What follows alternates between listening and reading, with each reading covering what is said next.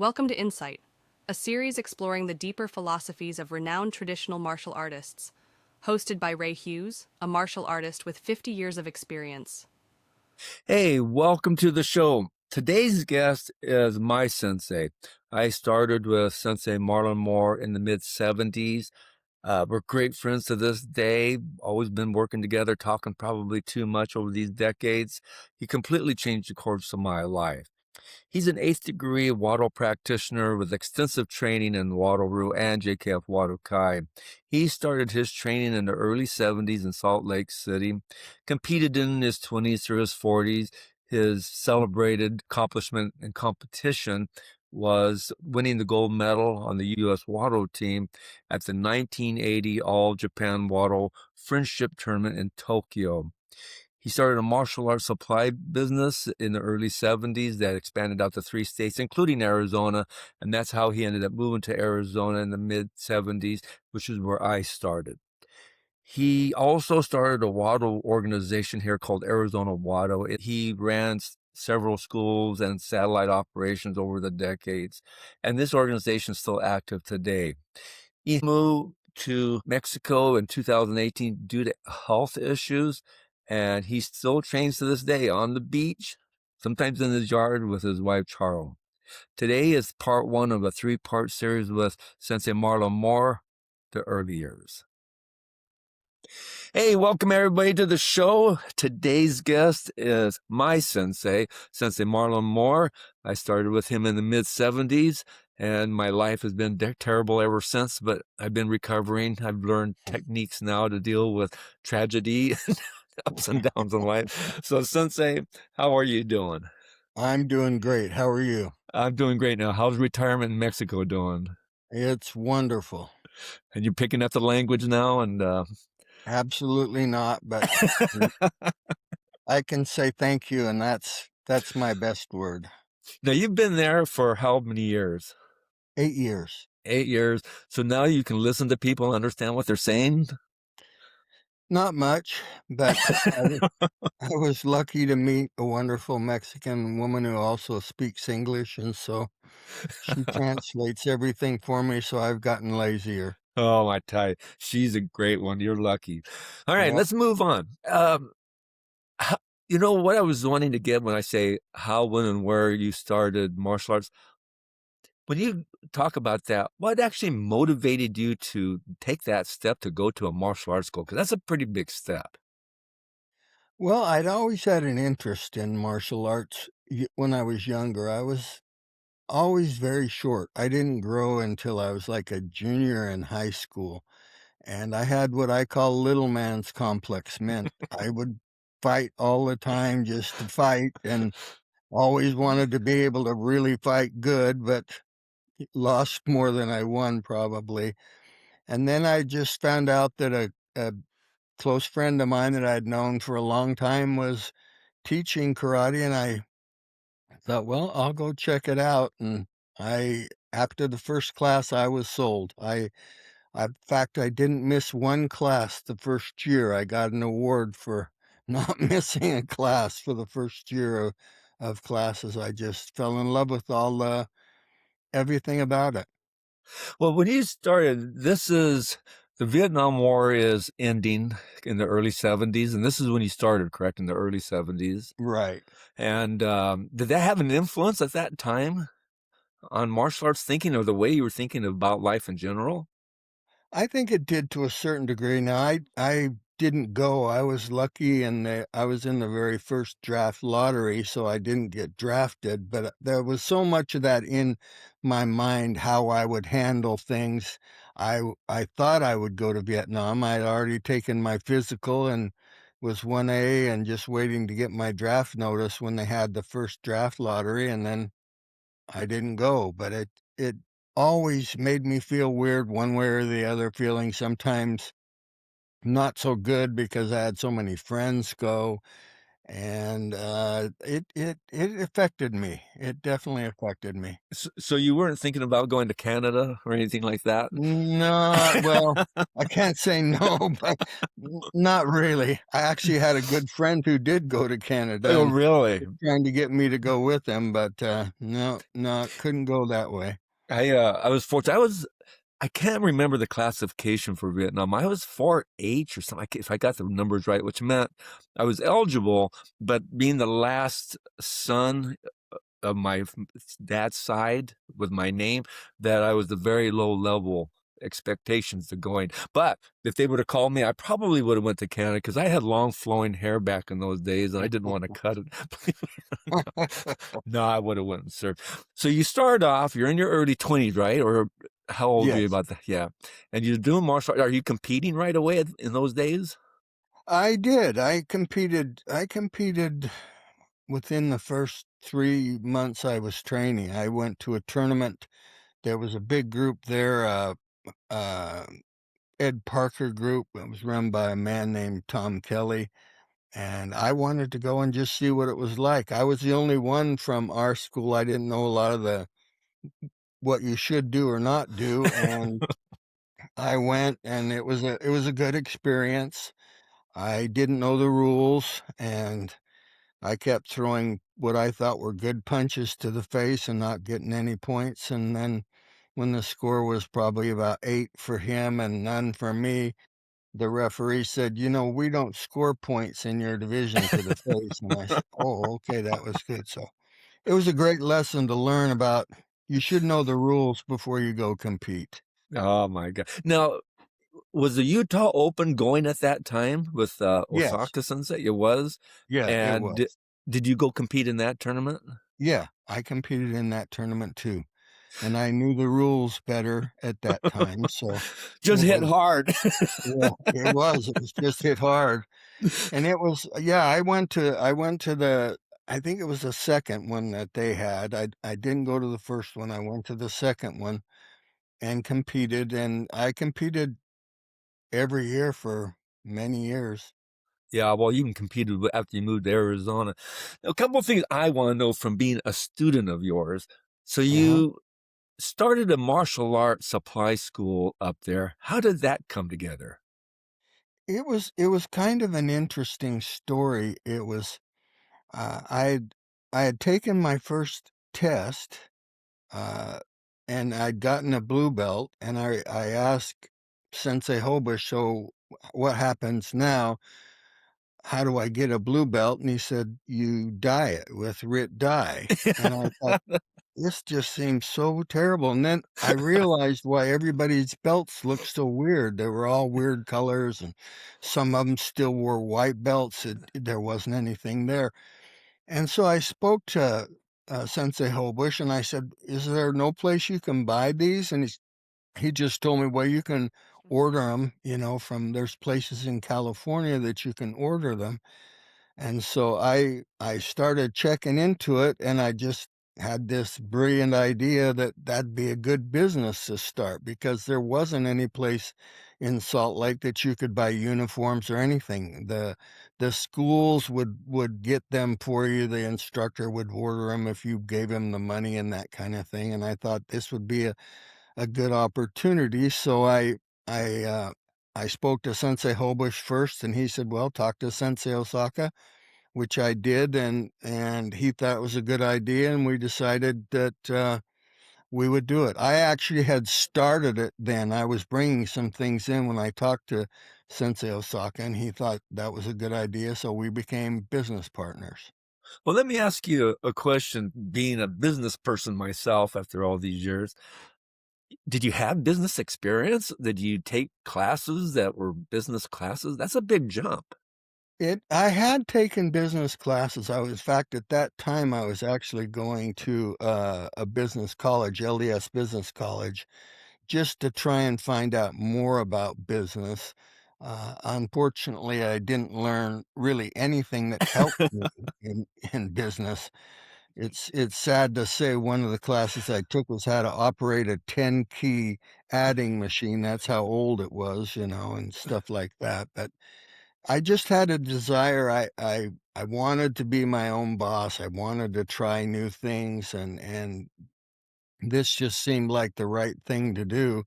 And it excited me that there was an opportunity, and part of the opportunity too was that Sensei Osaka had some connections in Japan with some people that Oh. manufactured gis, and so I set up everything. He just set up the company that we would buy the uniforms, and we actually private labeled our own uniforms, came up with our own design, logo design, and ordered them, started ordering things from Japan. Was it profitable? It was profitable at first. It was really profitable at first, and we started in Salt Lake, and then we opened a store in Boise, Idaho, and Oh, I then didn't know that. we opened one in Arizona, and when we opened the one in Arizona, the market was so much bigger in Arizona, and I fell in love with Arizona, and so at that time, I decided it'd be better to move there because there was a lot more karate schools, there were a lot more, uh, people just doing it, and there was really no one selling stuff there either. There was one little aikido store who carried some gis, but he had very little stuff, and so um, we just opened up there, and that actually in a way became part of the downfall because I opened a school in Arizona, and within the first 6 months, I'm guessing. I was robbed twice. People broke into the store and stole everything that was in the store. Completely just every uniform, every piece of equipment I had, they stole. First time they broke the back door in, I fixed the back door, and then they found a window in the bathroom and broke that and broke the bars out. And that made it tough. That's when things started getting a little rougher. So let me Um, ask you this. So you moved to Arizona because of the store? Because you well, wanted to set it up a was store? yeah, that was pretty much what it was. And at the same time, as Sensei Osaka and I had talked about it, he was excited about that because there was a Wado, quote unquote, Wado school there that he wanted to know about. And so he asked me, he said, I want you to go and I want you to train with this guy and just tell me what's he doing there? Because at that time there were a lot of questions about who this guy was, and no one knew a lot about him, but he had a big organization in Canada, so that's what I did. I went to train with Sensei Bob Hunt in his group, and very disappointed. It was nothing like what we were doing. It was a total made up style, I think, on his part. But I mean, he was a good martial artist, but it was nothing about Wado, and it drove me crazy. I would call Sensei Osaka once a week and say, "Do I have to still do this? This isn't what." And Are actually, you a that's what led to me opening a school. Finally, he just said, "Well, why don't you open a school?" I said, "Are you okay with that?" And he said, "Yeah, open your own school there and do it." And so that's what I now, did. was that had to be fairly quick after you moved to Arizona, wasn't it? Did you open up Yeah, a school? this is within all of the first year. Yeah, because that's about when I joined, was right when you Right, opened the school, and right. I remember a lot of these issues. So do you remember my first day that I came to your school? I think I do. I remember your friend Mike, who had Yeah, been a Mike student for a Stewart, while, yeah. and all I remember about you is you didn't say much. You gave me a lot of looks like Oh, I was you pissed didn't off buy half the this time. too much. I gotta let everybody know how this happened. So I'm a teenager, I'm 19, I'm driving with carpool up to the mine. I'm a third generation miner, and there's a guy in the back, a friend of mine, Mike Stewart. He's reading Black Belt magazine in the back seat. And again, this is the middle 70s. And we're just rolling our eyes. And really, you're looking at Black Belt magazine, you know? And he was saying, "Oh, you got to come to the school. It's really, really great."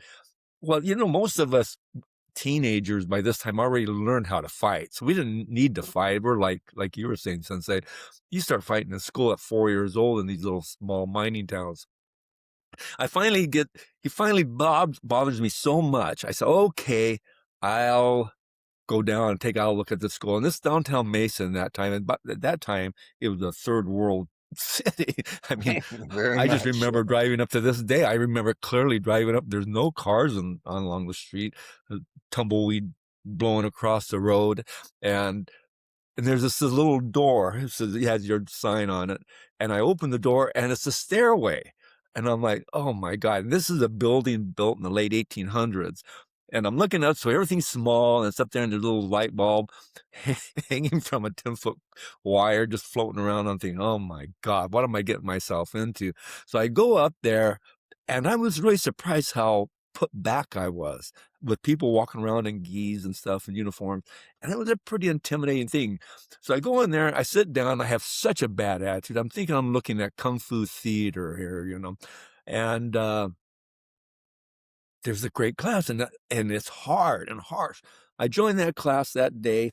I hated every class. This instructor, this Sensei Marlon Moore was mean.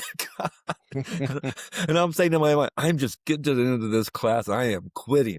And for some reason, I didn't. And did you model your teaching after Osaka or Hobush? Why were you so Yeah, it mean? was it was it was a definite combination of very, very hard. The big difference was Sensei Hobush would explain a lot more things. He liked to explain things, and I liked that part, but it was very, very harsh.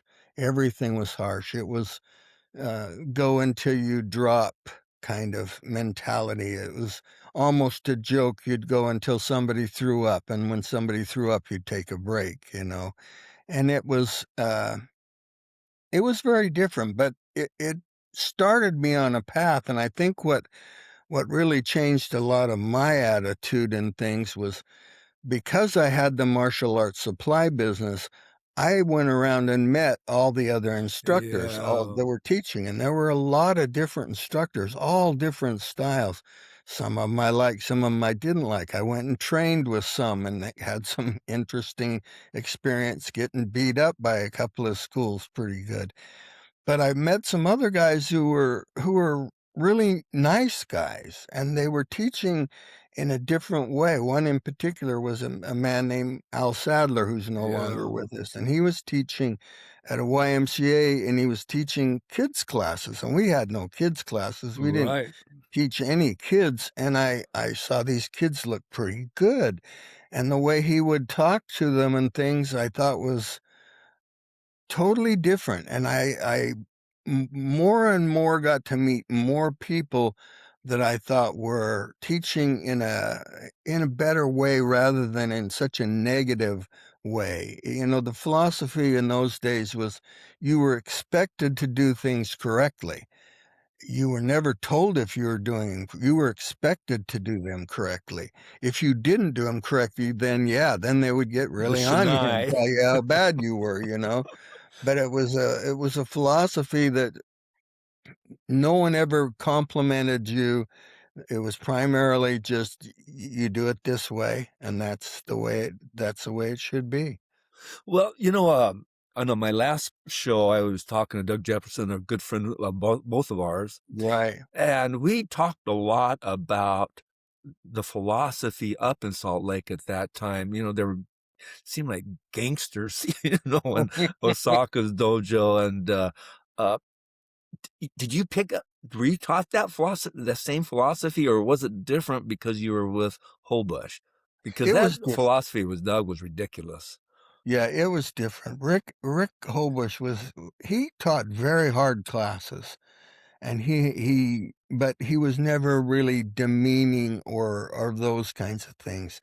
And one of the things I liked with him more than I'd seen from anybody, especially in the other dojo, what we call the Sugar House dojo, was there was not anger involved. These guys would be angry, and they would Yeah. come after you if you were slightly lower ranking and you hit a guy, then he had all the rights in the world to come just plummet you, and no one would stop.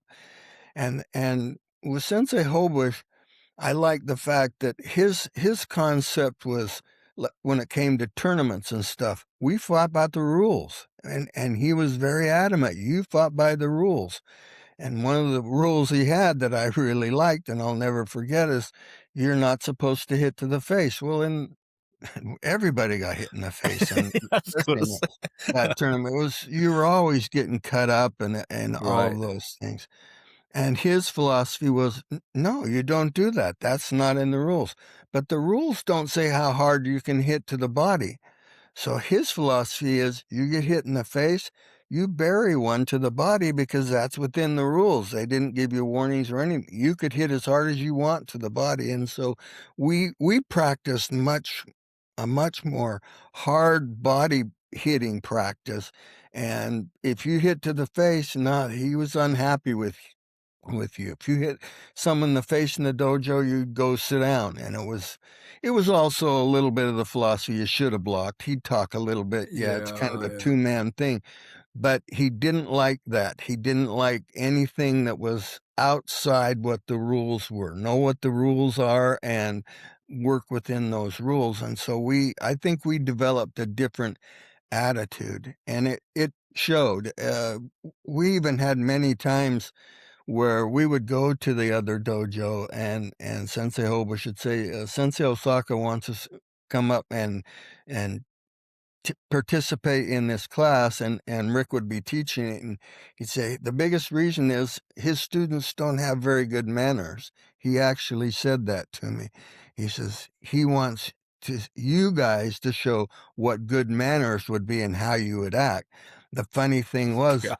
that never happened. It never happened. Never once was anybody, said you shouldn't hit somebody in the face. If you weren't prepared to get hit in the face, you would get hit in the face, and you'd get hit hard. And this is And before equipment. yeah, no gloves, no anything. It Yeah. was it was pretty much full bore, and it was just basically one class. It was just an adult class. So there were no kids. If we had so many new students that were never lasted through the first class. Yeah. They just get pounded, pounded, pounded, and finally walk out and say, "Why should I do this? Why should I get beat up?" And you did. You'd get beat up. Let me ask you, so did you guys, like with Sensei Hobush, did you discuss that difference in philosophies between the schools, or was that just a topic that was never brought up? It really wasn't brought up much, other than the fact he would always talk about, know the rules and do it within the rules. There's nothing to win if you're going to cheat and try to, do things that are against the rules. And over the years, we met lots of instructors who had little tricks that they would do that would give them an advantage. If you run out of time, you'd step over the line and take a little longer to get lined up, or if a It's still punch happening came to today. your yeah, if a punch came close to your face, you'd act like you got hit. But the other side of that, Sensei Hobush hated that part of it. His point, he was a little hard in this point, and that is, you never show pain. I Right. remember very clearly once when I was very new and I kicked really hard. I didn't have any technique, so I just threw things hard, and I jammed my big toe real bad, and I'm limping around, and my toe's broken. And he very compassionately came over and said, that toe. And I said, yeah. And he stepped on it, not really hard, but he stepped on that toe. And then he made the point to the class, don't ever let anybody know when you're hurt. That's showing weakness. You have to cover those things and learn to control those emotions if you're going to, compete. And it stuck with me that way. So, no, you didn't. If you got hit, the best thing you could do is act like it was a fly, and you just brush it off and Now, get something to wipe the butt off. Doug said that their school, and I remember them saying that, is that if you're going to lose, get disqualified. Now, that wasn't your school philosophy? Not at all. Not at all. It was totally the opposite of that. He hated to see people get disqualified because they were breaking the rules, and Yeah. that was the thing he would do. And he was such a good fighter himself that he could dominate anybody there within the Right. rules. And I think for the most part, he was always very, very strict on that. And getting disqualified was bad. It was, you, why are you cheating? Why are you breaking the rules? Don't you have any control? You know, we're always talking about control, and but for the most part, in the Sugar House Dojo, no, it didn't mean control. You got hit hard, the other guy had to hit you harder. Hey, thank you for watching the show. Part two of my three-part discussion with my sensei, Marlon Moore, will be out in about 2 weeks or so. In that discussion, he will talk about what it was like to be a relatively new black belt instructor running a school surrounded by the enemy senior black belts and instructors and schools around his school. And there were some interesting struggles. With that, take care. We'll see you at the next show.